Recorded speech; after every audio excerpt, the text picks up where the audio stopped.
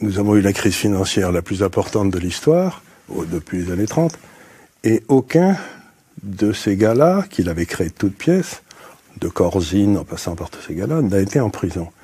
Donc la question essentielle, c'est qu'est-ce qui se passe exactement? Et là, je rejoins l'analyse d'Olivier.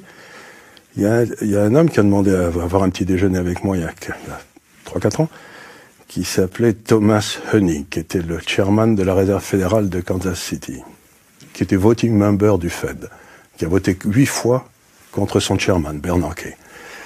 Et il m'a dit, on a sympathisé, on était deux chez Balthazar en bas à New York, là.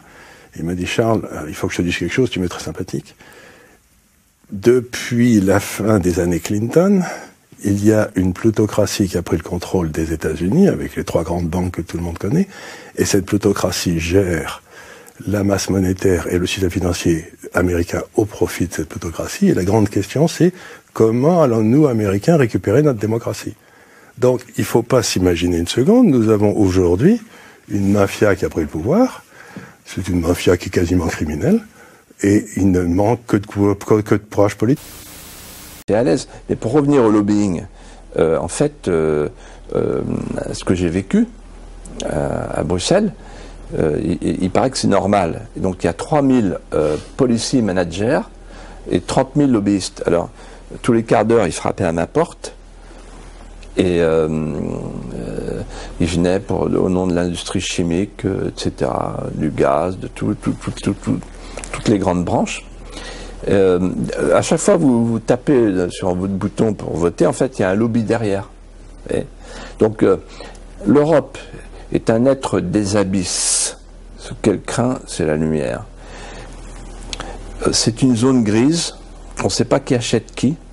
Ce qui est certain, ce que j'ai vu, moi, de mes yeux vus, c'est qu'en fait, les commissaires sont des futurs lobbyistes et les lobbyistes sont des futurs commissaires.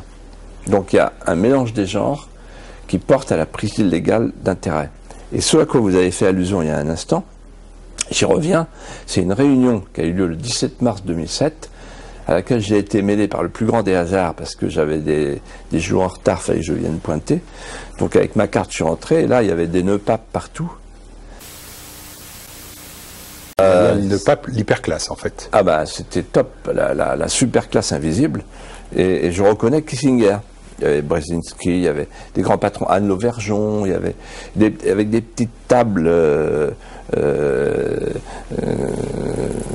très bien achalandées, et ils parlaient entre eux, puis il y a eu les discours, et je suis resté jusqu'au bout. Et en fait, ce que j'ai compris, c'est que c'était la trilatérale branche Europe.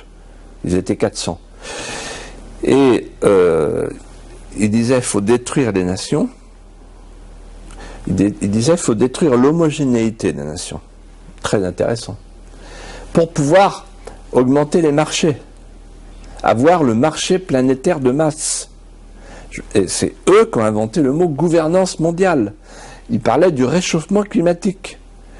Il disait que dans les écoles, au lieu de dire aux enfants « sauvez votre pays, sauvez votre région, sauvez l'arbre qui est en face de chez vous », non, sauvez la planète, c'est là. Et il parlait de la nécessité de réunir dans le même combat les deux libéralismes, le libéralisme économique, en faisant sauter les frontières, et le libéralisme sociétal. Le droit de discuter entre eux, ce sont des chefs d'entreprise, vous discutez aussi avec des chefs d'entreprise, ils l'ont fait au Parlement européen, et pas forcément un complot. Absolument, c'est pas forcément un complot, ils n'ont pas besoin de comploter, ils ont le pouvoir. Ce que m'a dit un jour François Fillon, je lui ai dit, mais pourquoi tu vas au groupe Bilderberg? Parce qu'il est rentré, il a été agréé par le groupe Bilderberg, de même que son ami Alain Juppé l'année d'après. C'est quoi? Dans l'évangile, on dit, faut pas mettre la lumière sous le boisseau. Ça vaut pour la franc-maçonnerie aussi. Pourquoi ils se cachent, ces gens-là? Pourquoi ils se cachent? Il vous a répondu quoi? Et il m'a répondu, incroyable la réponse, il m'a dit, que veux-tu, c'est eux qui nous gouvernent. Voilà. Donc en fait, le groupe Bilderberg, la trilatérale, ça existe.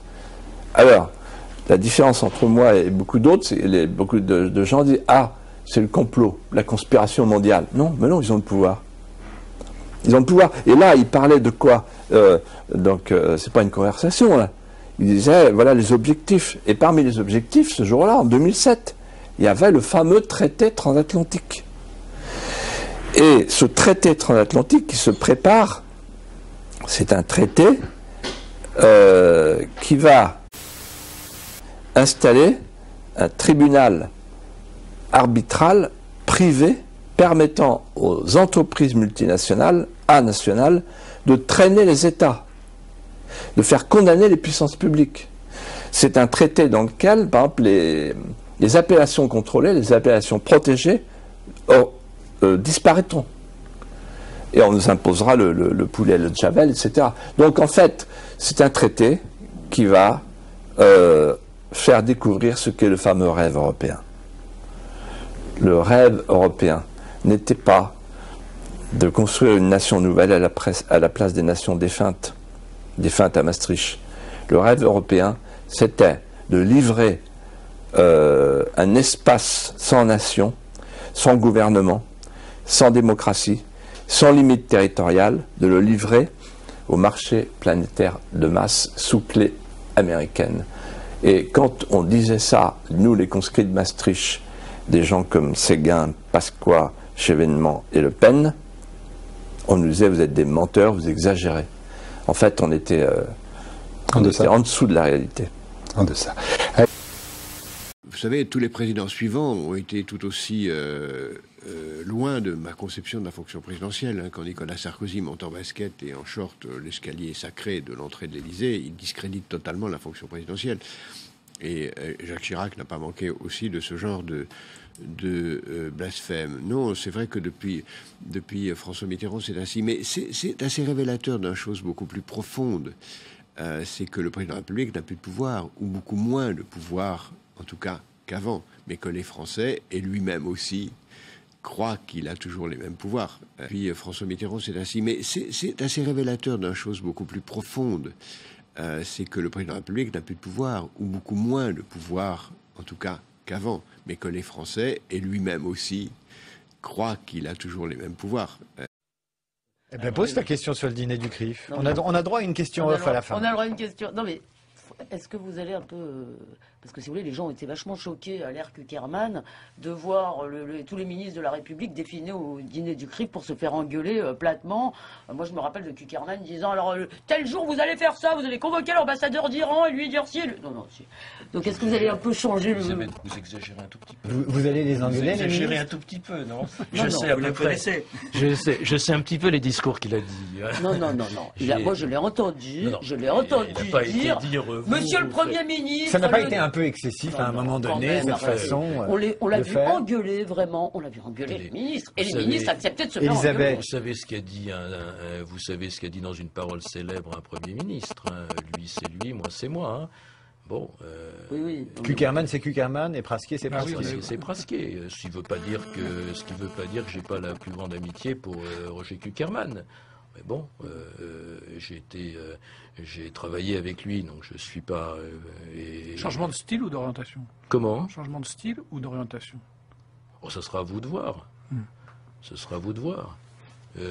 Si j'avais été en désaccord absolu sur l'ensemble des prises de position de Roger Kuckerman, je serais peut-être pas resté autour de lui pendant quelques années. Bon, allez, on coupe. Ah, parce que ça, c'était du... Ça, c'est du off. C'est du off officiel. C'est du off officiel.